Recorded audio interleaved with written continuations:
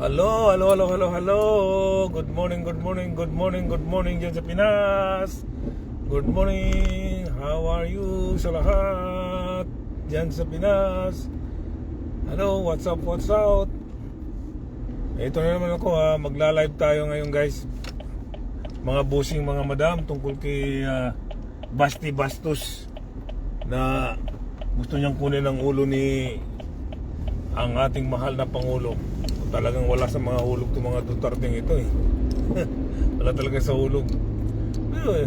Pero inyo mga bossing, mga madam, gustong kunin ang ulo ni Pangulong Bongbong Marcos pa.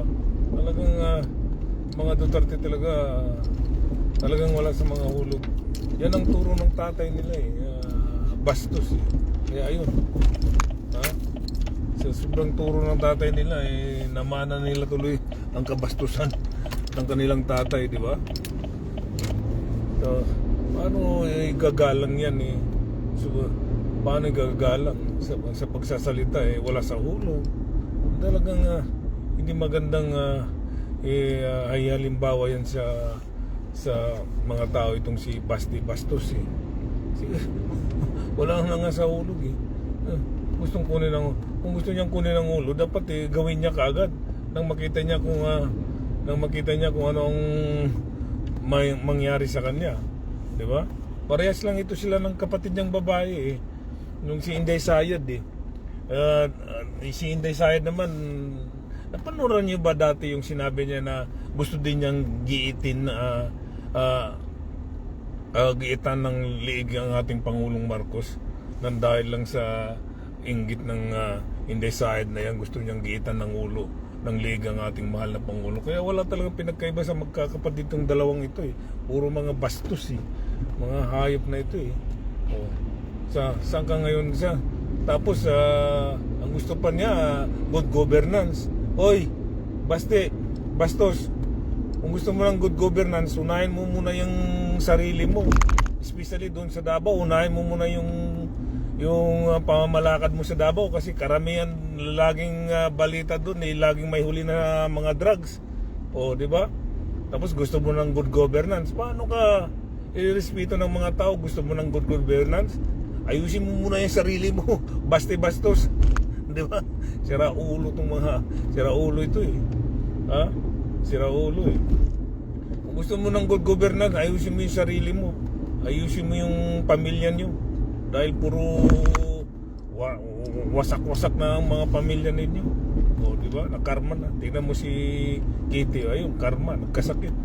Dahil sa sobra yung panglalait sa mahal naming Pangulo. Di ba? Pagod governance ka pa, pero yung sarili mo hindi mo ayusin. Kung gusto mong kunin ang ulo ng aming mahal na Pangulo, unahin mo munang kunin ang abo ng tatay mo doon sa dahig. Kunin mo muna yung abo niya. At least may mauwi ka sa souvenir doon. Tapos itago mo sa cabinet mo yung abo ng tatay mo. Hindi na makalabas. Di ba? Wala sa hulog to. Kape muna tayo ng McDonald's mga guys. Kasi mga busing, wala sa hulog tong mga basti na to eh. Wala sa hulog itong mga pamilyang Duterte, puro bastos, puro walang alam kundi patay dito. Di ba? Nagmana talaga sa tatay. Puro salita, wala naman sa gawa. Kung gusto mong kunin ang ulo ng aming mahal na Pangulo, gawin mo nang makita mo yung anong mangyari sa iyo. Puro salita eh. Good governance ang ulo mo, hindi mo nga na maayos yung sarili mo. Paano ka ihalimbawa sa mga tao eh? Baka tapos gusto mo pang magiging vice president o president. Baka ikaw magiging presidente eh, baka ang tao kailangan mag-obliga ng magpatato. Dahil kung pagka walang tato, uhulihin mo.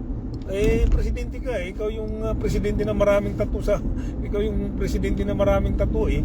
So, kailangan gayahin ka rin. Pag walang tattoo yung mga tao, huliin mo. Diba? Wala to sa hulog tong basti na to eh. Basti bastos eh. Mayos ka dyan sa mayos ka. bago ka magsalita ng hindi maganda. Eh kung magsalita ka ng maayos, di marami pang makikinig sa iyo. Kaya ka laging tinatalakay ng mga ng mga vloggers nang dahil sa kabastusan mo eh. O di ba? Sabi totoo naman eh. O di ba? O parehas lang kayo ng kapatid mo. Kapatid mo gusto niyang giitan ng liig yung mahal na pangulo. O wala kayong pinagkaiba. Kung ano yung style ng tatay niyo, ganun din. Eh ikaw hindi ka naman ikaw nag-uutos ka lang pumatay ng tao, pero sa totoong buhay wala kang napatay na tao eh. 'Di ba? Magaling ka mag-utos na papatayin yung tao. Dahil yun naman, ganoon din yung tatay mo eh. Magaling din mag-utos, at saka si Sarah, napatayin mo itong tao. Pero sa totoong buhay, takot kayong pumatay ng tao eh.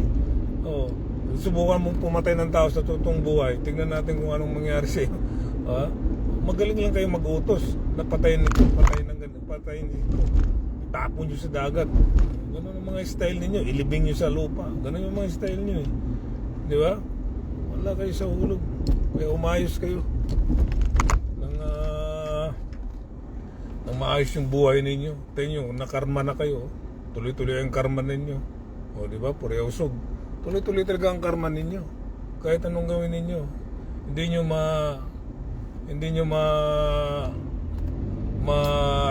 mapatalsik ang aming mahal na Pangulo. Ha? Dahil mahal na mahal siya ng buong taong bayan, buong Pilipinas. O, di ba? Di ba? Kaya maayos ka para maayos yung sarili mo. Hindi yung kung ano mga sinasabi mo. Di ba? Good governance ka. Anong mangyayari? Good governance ka. Hindi mo nga maayos yung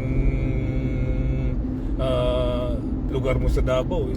Buong Pilipinas pa kaya ayusin mo ng good governance. Baka mga tao magiging baka yung Pilipinas mawala na sa hulog eh. Wag kayong di ba? Tingnan yung tatay nyo. Yung tatay nyo nagiging presidente. Anong ginawa ng good governance? Wala namang good governance eh. Mga inchik ayun.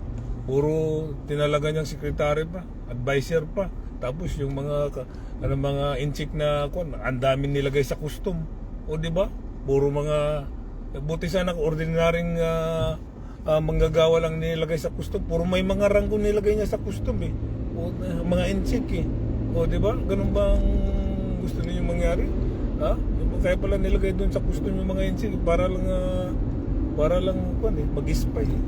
Utak din ng Duterte ito. Ay ayun, nakarma. Ayun. Doon sa dahig. Pulutin mo yung tatay mo kunin mo yung tatay mo, yung abo niya doon sa dahig. Matuwa pa yung mga tao pag kinuha mo. At least hindi mo pinabayaan, di ba? Kaya umayos ka, basti. Ha? Dahil kayong mga Duterte, puro mga siraulo. Di ba? Paano kayo ikagalang ng mga tao? Di ba? Hindi nga kayo paano kayo gagalang? Kasi mga bastos kayo eh. Di ba? Mga bastos kayo eh. Kaya ayusin mo yung pananalita mo basti. Maaga pa nangangampanya. Tapos nangangampanya ka pa, ang sinabi mo gusto mo pang kunin ang ulo ni Pangulong Bongbong Marcos.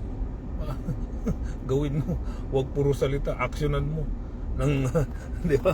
Aksyonan mo. O kape muna ulit tayo dyan para wala sa ulog itong mga kuwan na ito eh. Puro na lang patayan eh. Walang ang bukang bibig kundi patay. No? Wala to. Ginoo ko. Kaya kayo nakakarma eh. Sa totoo lang kaya kayo nakakarma eh. So baka ikaw magiging presidente, makakarma ka rin, makakatulad ka rin ng tatay mo. Ha? Kasi utos ka na naman, utos dito, napatayin dito, utos siya doon, napatayin dito, utos si ganito, napatayin ito. Ganun ang mangyayari. Pero sa totoong buhay, wala kang pinatay. Puro lang kayo utos. Yan naman totoo eh. Puro kayo utos. Takot kayong pumatay ng tao, pero ang tapang yung mag-utos ng tao, ang tapang yung umutos ng tao na patayin si ganito. Yun ang totoo. Di ba? Kaya mga Duterte, nakakarma na kayo. Wala na kayong value sa Pilipinas. Totoo lang, wala na kayong value eh.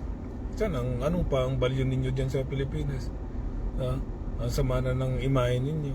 Ang tatay nyo nandun sa dahig. Grabing kasalanan niya. Grabe, sobra-sobra ang kasalanan niya.